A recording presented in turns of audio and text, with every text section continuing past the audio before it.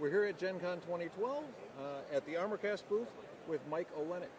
He's one of the co-owners yep. of Armorcast. And he's going to give us a few words on Armorcast, the future, where it began, that sort of thing. So, first things first, as I understand, you aren't the original owners of Armorcast, is that right. correct? Armorcast was founded back in the mid-90s by Tim DePertis out in California, who subsequently retired and mothballed the business for a few years and then sold us to us back in 2007. And what prompted you guys to pick it up?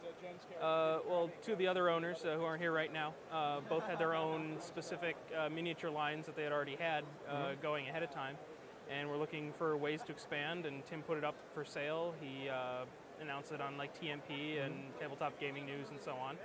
And after a couple other deals fell through, they made an offer, and he eventually accepted it. And so we moved the business from California to Ohio. Yeah, I was actually glad to see Armorcast back a couple of cons ago. Yeah. So it's good to see. I know initially you guys were doing more of the ruins and rubble kind of thing, and lately you've started moving on to more modern things. I've seen the cars, a lot of the post-apocalyptic kind of stuff. Yeah, right. Yeah, we realized that a lot of guys made rubble, hills, rivers, things like that, but all the little things that you see in any kind of video game or cityscape or film are lacking on the tabletop. If you've ever seen any photos of like Chernobyl, there's stuff. Right. Just everywhere there's stuff. You see toilets and parking meters and mailboxes and everything else. And people make the buildings and they make the roads, but nobody makes the stuff that fills your city. Right. That adds all the detail to your terrain. Cover for your miniatures. Exactly, and cover for your miniatures. Right. Yeah. And it's good to see that you do take from life the life reference. And you've added quite a bit since the original Armorcast line. Yeah.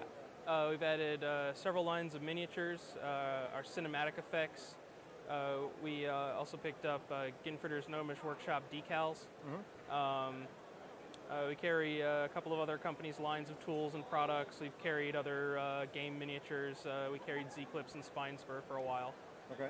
We carry Clint's Baylor miniatures. And fantastic work. We bought out a company called Lance and Laser. It was owned by a friend of ours for a number of years, and absorbed a lot of the straight fantasy, orcs and goblins and that kind of stuff. Right. So you're definitely expanding. Yes, considerably. Our current product catalog has probably tripled from the original Armorcast days. Excellent, excellent. Now, the cinematic effects, really haven't seen anything like that elsewhere. How did you guys come up with it? We were actually trying to figure out more accessories that we could sell, because everyone does backpacks and bases and shoulder pads. And one of our local game store owners had his own homemade one that he had done with like toothpicks for a missile launch, and had painted up a cotton ball and some other things like that. And we said, well, I bet we could probably get Sean to sculpt something like this. And that turned into, well, we've got guns, and now we have lasers, and we've got missiles and energy and slime streams and all sorts of other things now. The grenade bursts look fantastic on our play table, so it's good to have those kind of neat effects that you just don't see anywhere else. Anything else that you guys are looking forward to in the near future? Right now we're primarily concentrating on expanding our miniatures lines. Okay. Been, again, like I said, doing a lot of post-apocalyptic. You guys might want to get a few shots later. We've got some new minis that have just come out. Our mutant cow is pretty popular. We've got some giant mutant flies. A lot of sort of post-World War III kind of thing is what we're moving towards these days. So the Gamma World players out there got the Gamma Worlds, your Fallout fans, your Weird War, all those kinds of things can benefit from that. But that's primarily where we're expanding right now, and we're also pushing a little harder into the 1/285th scale for like the BattleTech crowd, because no one makes terrain for them. Right. They get maps, and if they're lucky, they get some foam hills. Right. So. Yeah. And I've seen them. They're neat, nice, little tiny 15 millimeter. They're 6 millimeter buildings. Yeah, 6 millimeter. Wow, even tinier. Awesome. Great. Anything else you'd like to add? There's one thing. A lot of people don't realize it. We don't organize our store by scale, which a lot of people do, because many of our products work at multiple scale levels. The cinematics are a particularly good example of that. Right. I know a lot of people show up saying, well, where's the 15 mil stuff? I don't see anything. But like if you look at our cinematics, what is a pistol shot for a 28 millimeter miniature is a tank barrel blast at 15 millimeters.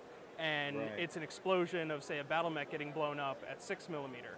Right, exactly. And, you know, it's the same effect. It's just what scale are you using it and what are you using it for.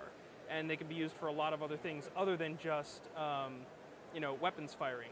One of the more creative things we saw is a guy who had a flyer swooping in. And I believe it was one of Games Workshop's vultures with the big Punisher cannons. Okay. So he had a big cinematic on the front of the Punisher cannons blazing away. And then he had taken several dozen of the smaller pistol shots with little rods on the end of them and had made the impact tracers following the course of fire of the flyer as it comes in on a strafing run. So there's a lot of uses that, you know, people are just starting to explore for that particular product. But the important thing to take away here is that the scale you can use at any scale. Yeah, so a lot of our things are really scale independent. Cool, excellent. All right, well, thank you for joining us. Oh, thank you. It's good having you on the show. Yes, thanks for having me. Appreciate it. Catch you later.